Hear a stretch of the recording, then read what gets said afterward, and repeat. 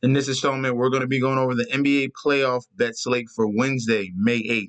Let's get into it.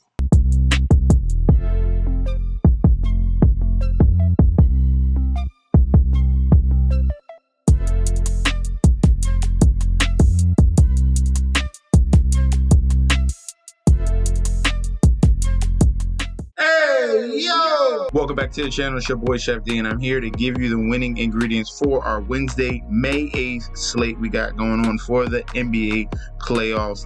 Only one game for this Wednesday, Pacers versus Knicks. But before I deep dive into that, don't forget to like, comment, and subscribe to the channel.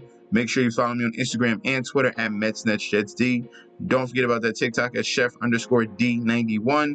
And don't forget about that Patreon. Right now we're at the homepage of the YouTube channel. Currently at 4.94 thousand subscribers. Our goal is 10K. We're very, very close to 5. Can we get to 5 in this particular video? I implore you guys to hit that subscribe button right now so we can get over the 5,000 subscriber threshold here. Be a big accomplishment. I just had my birthday, and you guys have been phenomenal with the love and support down in that comment section down below. I appreciate everyone who commented happy birthday to me. Thank you, and let's sweep this slate today. If you want the premium picks, if you want the NBA future bet as well, go to that Patreon link provided down below. If you just want to join the community, period, have some ideas to bounce off other guys, all right, or other girls, it's in that Patreon link provided down below. If you're not subscribed to the channel, I fully hope you do. Click that subscribe button now. Join the community that we're building on YouTube and on Patreon, okay? So for a little update for the May 6th, the birthday slate, that was a banger there. We swept that day. We had Philly and the New York Knicks in the Patreon. And also the main plays I gave you guys was Knicks and the Timberwolves. That came through. I told you to take the points for the Timberwolves, and I told you to take the Knicks money line. That came through as well.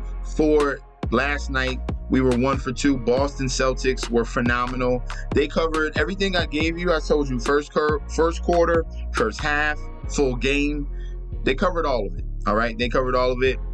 Dallas Mavericks and Thunder, that was a little bit of a spanking there. Dallas Mavericks did not cover that 3.5, but that's fine. That's game 1. Remember, the series doesn't start until a team loses a home game. All right, once that team loses their home game, things start to change. All right, then adjustments come, but we'll see how that series turns out. It's going to be very, very exciting to see between the Dallas Mavericks and the Oklahoma City Thunder. All right, so let's get into today's slate. We have May 8th, Pacers, Knicks, Game 2. The first game was very tightly contested there. It was a couple times the New York Knicks could have pulled away, but Indiana was scrappy, stayed into it. High-scoring environment, back and forth. A lot of people think that would have went towards the Pacers' favor, but the Knicks prevailed in that game, winning by 4 points. And now they dropped the spread, all right? So game 1 was around a 5.5 to 6 point spread. Now this is 4.5. So Pacers, Knicks on the money line, looking at the odds, -175 for the New York Knicks. Indiana Pacers on the comeback at a +145. The point spread is at a 4.5, and the total is at 220. All right, earlier, about like an hour earlier, I saw this total at 222. I could have swore I saw this total at 222. I believe it's coming down. All right. So for the injury report, Tyrese Halliburton is on the injury report. He's been on the injury report for the last couple games here. He's most likely going to play, just to let you guys know. Oh, excuse me. Public bet percentage. My bad. 89% of the bets and 63% of the money on the Knicks on the money line. Point spread, 71% of the bets, 79% of the money on the Pacers to cover, again on that 4.5. And for the total, 84% of the bets, 86% of the money towards the over 220, all right? I told you about the Pacers injury report with Tyrese Halliburton. Please stay tuned to news on that. Remember, RotoWire is that link down below. And for the Knicks, they did lose Mitchell Robinson. He wasn't much of a factor anyway. But they did lose their backup center. He's going to be out 6 to 8 weeks. All right, with an ankle injury. I'm surprised he didn't he didn't get stop playing during that Philly series of how Joel Embiid was harassing him. So it finally happened in the Pacers series. So they're going to be without Mitchell Robinson. So when Isaiah Hartenstein gets hurt, it's either they're going to go to Precious Achiuwa, or they do have backup center Jericho Sims, who's another big body, active body that they can bring out. All right. So what did we see in game one between the Pacers and the Knicks? Okay. One outlier, I think, is a little bit of an outlier. The Knicks shot 47% from the three-point line. 47%. Absolutely outstanding. And these are open jumpers. So that might stay around there. It was so much attention on Jalen Brunson to get the ball out of his hands that either Anunoby was getting an open three, mainly Dante DiVincenzo. He was getting big open threes there. He came through. So that was a pretty solid number there. See that 3-point percentage. That was a big help for the Knicks. They shot better at the free throw line. They controlled the rebounds. They had 8 more rebounds and 1 more offensive rebound. That's the hustle of the New York Knicks on that offensive rebound on the boards, getting second chance points. All right. They do need to take care of the ball more. The Pacers were able to get 9 steals.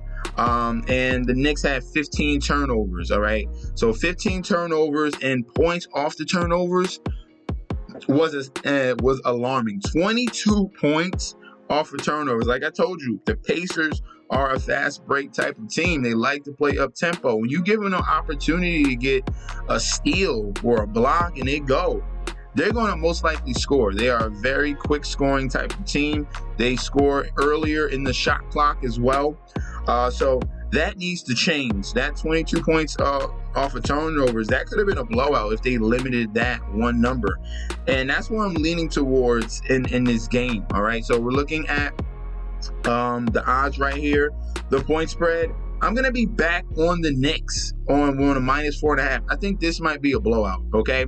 If they limit some of the mistakes and the ball handling issues and just the carelessness that we saw in game number 1, then I don't think Pacers get cooking, get on a roll, and feel confident enough to play this game close late in that fourth quarter, because you saw the dominance of the Knicks in the fourth. They outscored the Pacers by 9 points in that quarter, and that was the clutch quarter there for this particular game.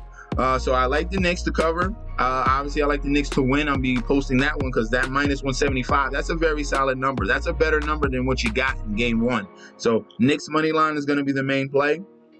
I believe they cover that 4.5. And give me the under 220.5. I understand that this first game went to 238. A lot of people are going to be going towards that over, but I'm going to be leaning more towards this New York defense.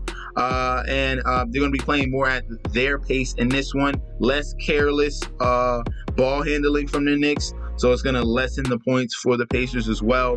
And they're really going to lock in defensively, which we saw they were able to do in that fourth quarter to prevail. All right. So Knicks money line, Knicks to cover 4.5 and under 220.5. Thank you guys for tuning in. Don't forget to like, comment, and subscribe.